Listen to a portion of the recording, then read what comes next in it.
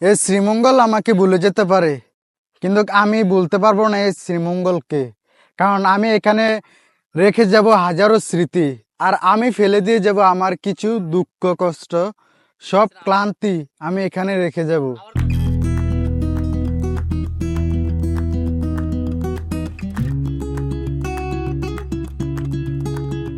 সালাম আলাইকুম, আমি এখন আছি শ্রীমঙ্গল মাধবপুর লেকে। আজকের এই ভিডিওতে মাধবপুর লেকের আসল সৌন্দর্য তুলে ধরার চেষ্টা করব, আর দেওয়ার চেষ্টা করব মাধবপুর লেকের ভ্রমণের সম্পূর্ণ একটি ভ্রমণ গাইডলাইন। সো পুরো ভিডিওটি দেখতে আমাদের সাথেই থাকুন। সালাম আলাইকুম, কেমন আছেন আপনারা সবাই? আশা করি আল্লাহর অশেষ রহমতে অনেক ভালো আছেন। আজকে আপনাদের মাঝে আবারও হাজির হয়ে গেলাম নতুন একটি ভিডিও নিয়ে। ভ্রমণ করতে আমার অনেক ভালো লাগে, তাই তো সময় পেলে ছুটে চলে যায় প্রকৃতির মাঝে। তো গত পর্বে আপনাদেরকে দেখিয়েছিলাম নূরজাহান চা বাগানের সৌন্দর্য, তো আজকে আমরা দেখাবো মাধবপুর লেকের সৌন্দর্য।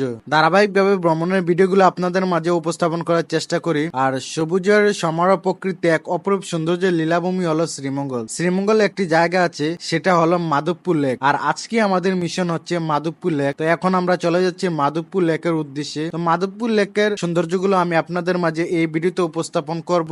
সো পুরো ভিডিওটা দেখতে আমাদের সাথেই থাকুন। রাস্তার দুই পাশে চা বাগানের সৌন্দর্য উপভোগ করতে করতে আমরা চলে আসলাম শ্রীমঙ্গল মাধবপুর লেকে। তো মাধবপুর লেকটা আমি এখন আপনাদের মাঝে এক্সপ্লোর করব।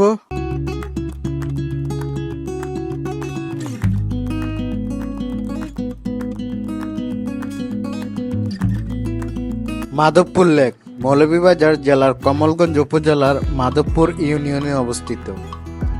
কমলগঞ্জ উপজেলা সদর থেকে মাধবপুর লেকের দূরত্ব 5 কিলোমিটার।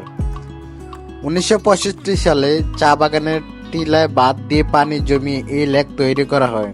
প্রায় 50 একর আয়তনের মাধবপুর হ্রদের দৈর্ঘ্য 3 কিলোমিটার এবং স্থান বিশেষে প্রস্থ 50 থেকে 300 মিটার পর্যন্ত।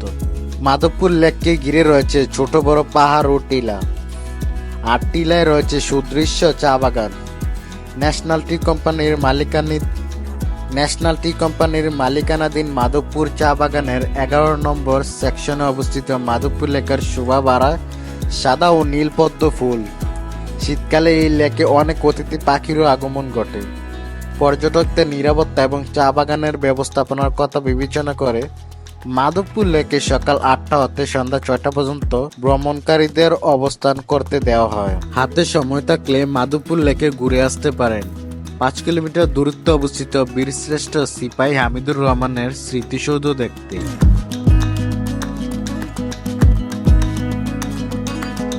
চারদিকে সবুজ পাহাড়, পাশাপাশি উঁচু উঁচু টিলা, সমতল চা বাগানে গাছের সারি। মাধবপুর লেক যেন প্রকৃতির নিজ হাতে অঙ্কিত মায়াবী নৈসর্গিক দৃশ্য।